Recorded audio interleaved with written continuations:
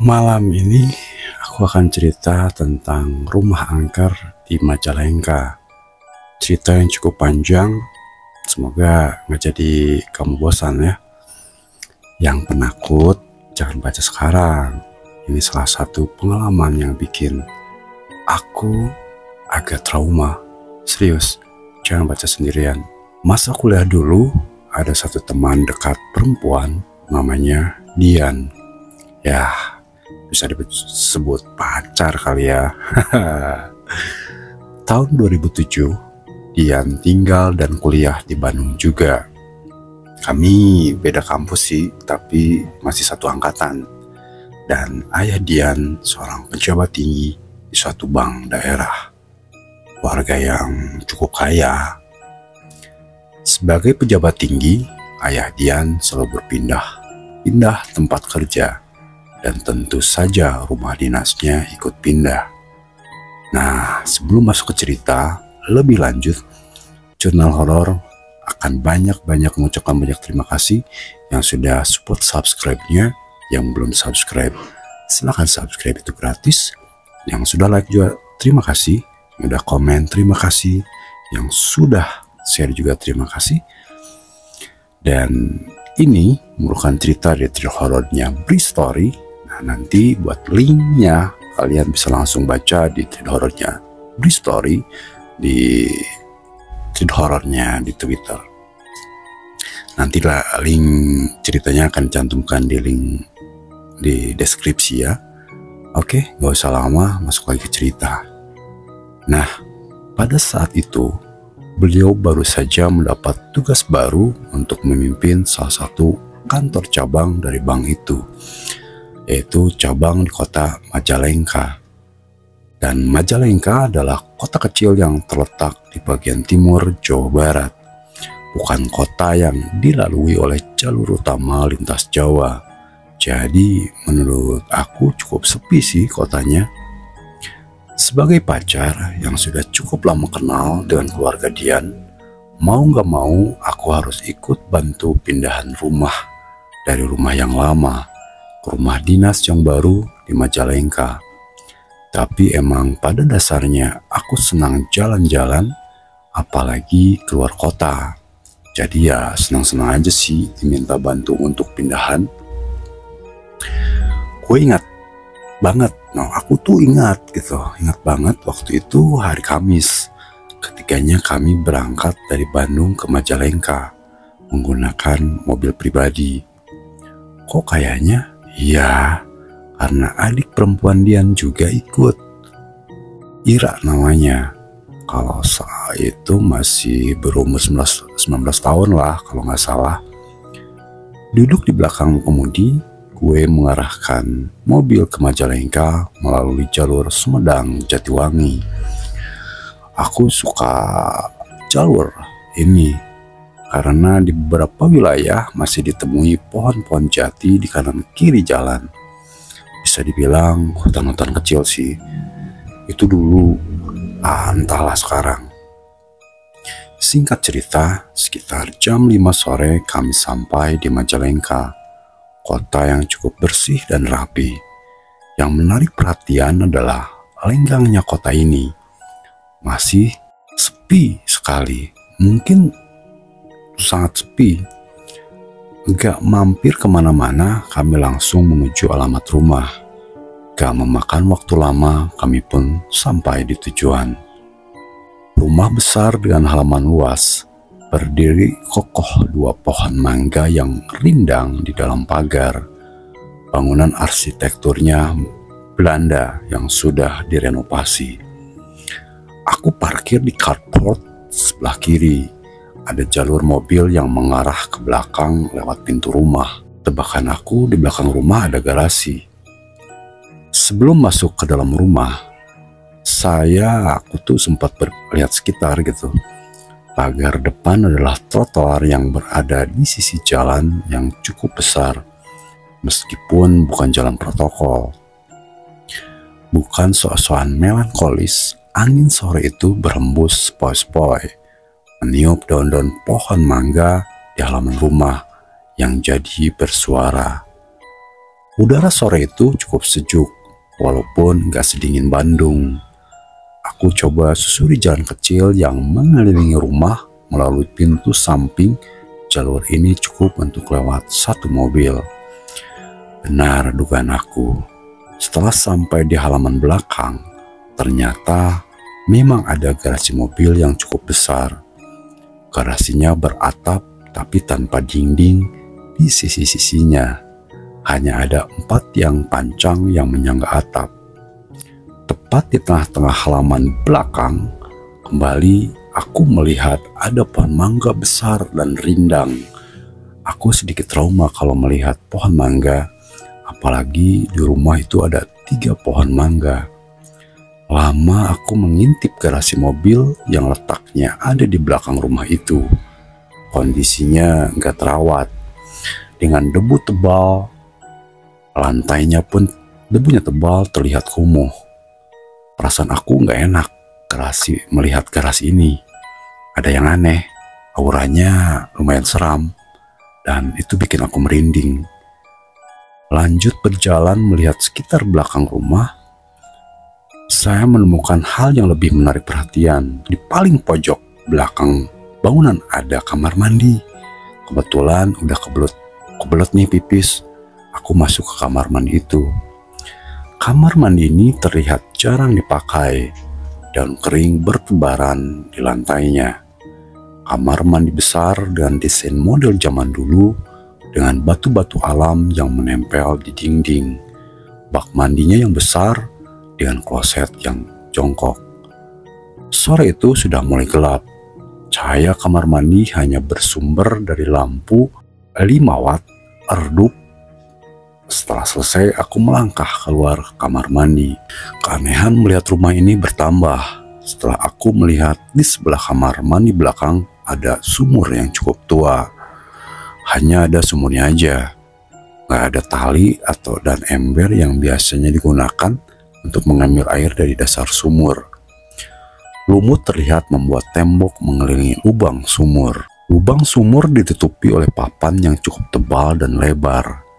Karena penasaran apakah masih ada air pada dasar sumur, saya coba memindahkan papan penutup dan sedikit menggesernya. Saya bisa melihat ke dalam sumur. Nyamuk dan binatang kecil lainnya langsung berhamburan keluar. Cukup lama aku melihat ke dalam sumur. Hari sudah agak gelap menjelang malam. Aku jadi susah untuk melihat ke dasar sumur. Ketika sedang konsen melihat ke dasar sumur, tiba-tiba ada angin yang berhembus kencang dari dalam sumur menerpa wajah. Aku kaget, refleks langsung mundur menjauh dari sumur. Barusan apaan? Masa iya ada angin keluar dari dalam sumur? Banyak tanya dalam hati. Setelah agak tenang, aku langsung kembali mendekati sumur dan menutup lubangnya dengan papan seperti semula. Aku langsung masuk ke dalam rumah lewat pintu belakang.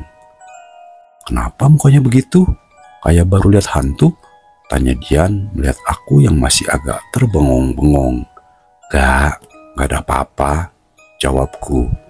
Aku pun langsung berbasa-basi dengan orang tua Dian. Oke, silahkan pada tarik napas dulu. Jangan serius-serius amat. Takut ke bawah suasana, nanti malah ada aneh-aneh yang terjadi. Oke, kita lanjutkan ya.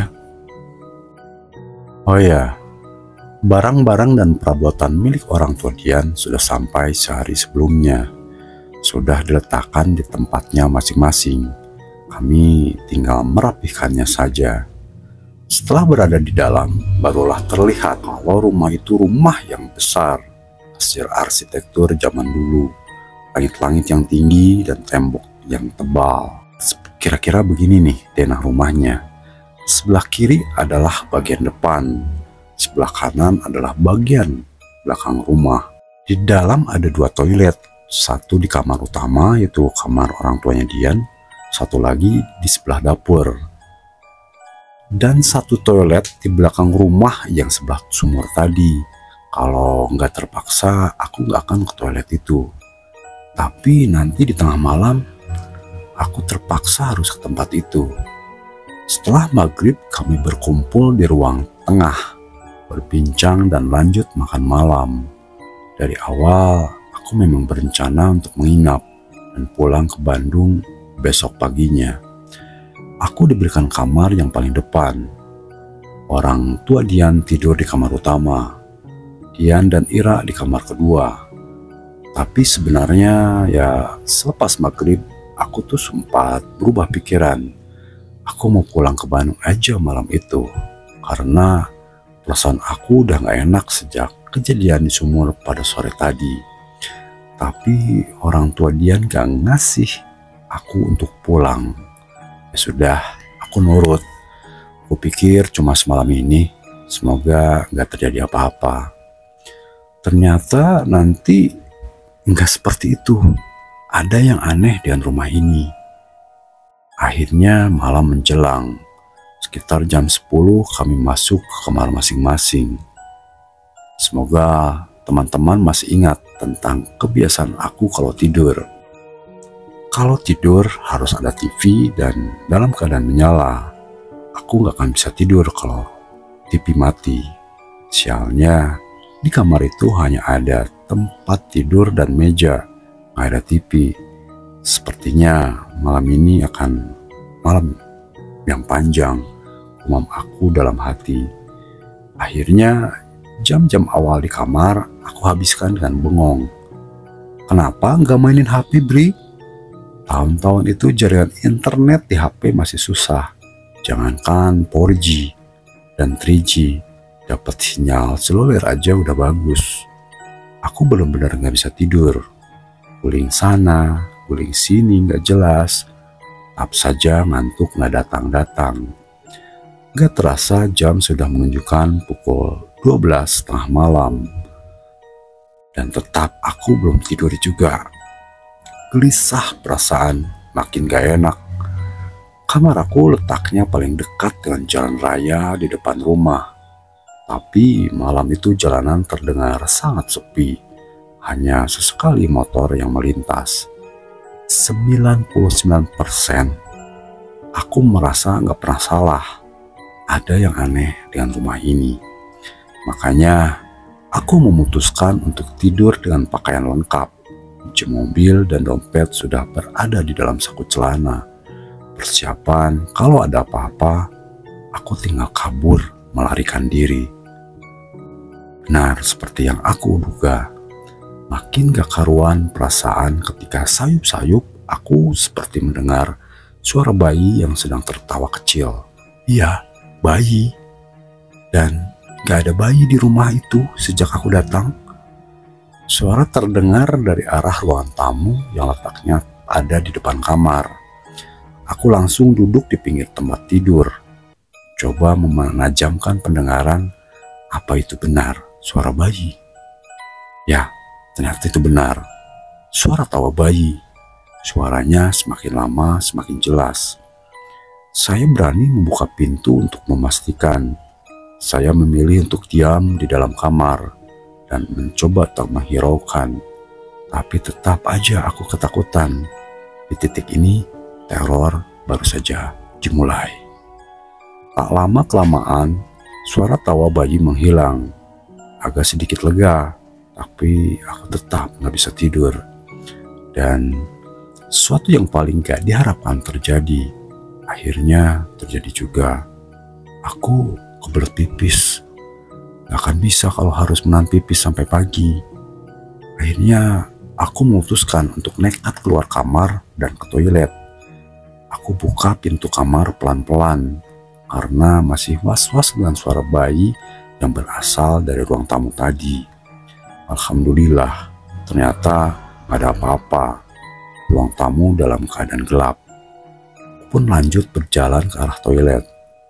Aku pilih toilet yang berada di bagian belakang rumah yang bersebelahan dengan dapur. Sampainya di depan pintu toilet, aku coba membukanya. Ternyata gak bisa, seperti terkunci dari dalam. Mungkin ada orang di dalam, pikir aku dalam hati. dan sudah benar-benar gak tahan. Aku berniat untuk pipis di toilet yang ada di halaman belakang, yang letaknya di sebelah sumur. Ya, kamar mandi yang berada di dekat sumur tua dan garasi gak terawat di halaman belakang rumah. Aku takut banget sebenarnya. Ketika pintu belakang terbuka, pandangan aku langsung melihat garasi kosong yang ada di belakang. Pada detik itu aku nggak lihat apa-apa. Indra aku yang lain bilang kalau di situ ramai. Aku berjalan di selasar belakang melewati kamar pembantu yang masih kosong dan gelap. Pada saat melewati sumur, aku lihat ada yang aneh di sumur itu. Papan penutup liang sumur yang sudah berada di samping enggak lagi menutup lubangnya. Padahal tadi aku meninggalkan keadaan tertutup. Aku lanjut jalan, masuk ke toilet aja dulu, udah gak tahan. Selesai pipis, setelah bengong sebentar, aku langsung keluar toilet. Ketika pintu toilet terbuka, pandangan aku langsung menghadap garasi kosong dan gelap itu. Ya, pandangan aku langsung menghadap ke tempat itu, yang ternyata ada sesuatu. Pandanganku menangkap suatu objek di kegelapan malam. Lihat ada sesuatu yang berwujud putih berdiri di dalam garasi. Jantungku berhenti saat itu, karena ternyata yang aku lihat adalah pocong. Pocong yang tinggi dan besar, tingginya mungkin sekitaran 185 cm-an. Pocong itu berdiri tegak di tengah garasi, gak jelas menghadap kemana, karena aku gak berani melihat ke arah kepalanya. Berdiri diam, hanya sesekali ada gerakan pelan pada badannya. Lemas badanku lemas banget. Tulang-tulang serasa lepas dari engselnya. Aku memaksakan diri untuk berjalan menuju ke pintu belakang.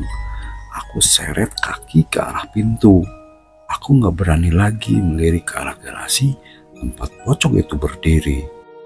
Setelah masuk ke dalam rumah, langsung aku kunci pintu dan berjalan cepat ke arah kamar.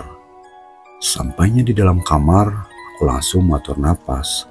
Ingin rasanya keluar dari rumah itu. Lari ke tempat ramai, aku udah gak tahan. Dan iya, bisa ditebak. Setelahnya, aku tetap gak bisa memejamkan mata. Karena ternyata teror horor itu belum selesai. Jarum jam sudah hampir ada di pukul 2. Sekali lagi, sayup-sayup aku mendengar tawa bayi di ruang tamu. Kali ini suaranya semakin lama semakin jelas. Gue benar-benar tersiksa malam itu. Mau lari dan masuk ke kamar Dian gak mungkin. Masuk ke kamar orto Dian makin gak mungkin. Bayangkan kan? Penasaran, aku berjalan menuju pintu kamar, memberanikan diri untuk menyelidiki apa yang sebenarnya lagi terjadi di ruang tamu. Pintu aku buka sedikit demi sedikit, sampai mata bisa melihat ke ruang tamu. Setelah mata aku sudah cukup jelas melihat di gelapnya ruang tamu, ternyata di situ ada. Ternyata di ruang tamu, di sofanya ada seorang wanita berambut panjang yang sedang duduk dengan bayi kecil di pangkuannya. Wanita ini berpakaian daster panjang berwarna gelap. Sekali lagi, jantung seperti berhenti berdetak, lemas badan. Beberapa detik, wajah kami saling bertatapan. Aku langsung tutup pintu dan duduk di pinggir tempat tidur.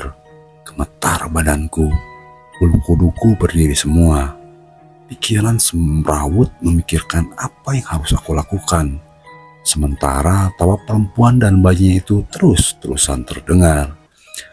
Beberapa saat kemudian, aku mendengar suara langkah kaki dari balik pintu.